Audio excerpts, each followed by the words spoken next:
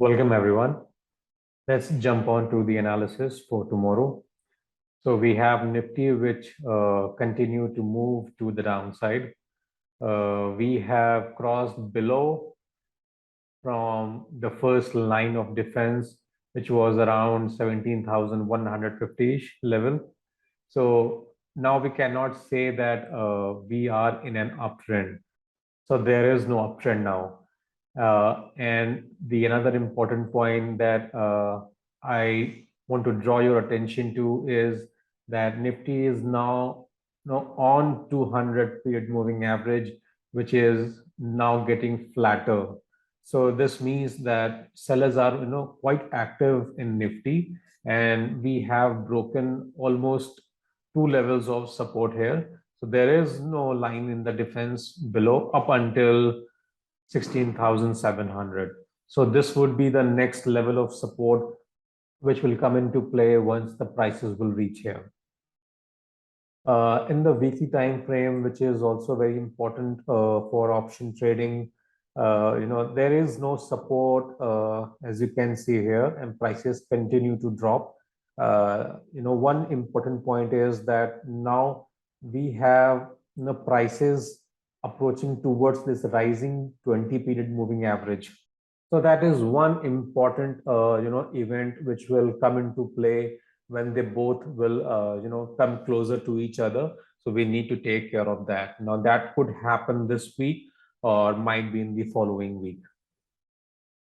60-minute time frame looks nice here for either buying the puts or shorting the bear call spreads. So I have taken one trade today. I shorted the bear call here. So I shorted the 17,000. One second, I'll tell you.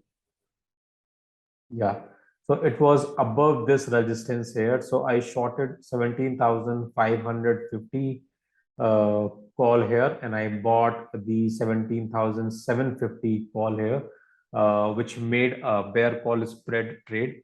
So this trade is for this coming 29th expiry, and it is working very well as of now. So all in all, Nifty and most of the markets are looking bearish. We can see that finally, our market has also trying to catch up with the other markets like the US markets and the European markets. Up until this candle, we were, in the safer zone, so to speak, because we were, on the rising 50 MA. Since this has been broken, now we are, cannot say that we are still in an uptrend. So that happy time has gone away. So just keep that in mind that we need to switch our bias now, and it should be more towards the neutral to bearish. Nifty might give a small bounce from this 200 MA, but that bounce will not sustain for a longer period of time.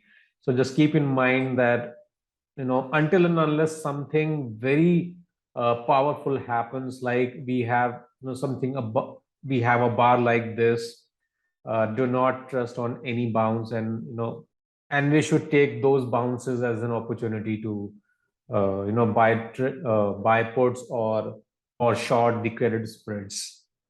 So that's it in Nifty. Now let's just move on to the Bank Nifty chart here.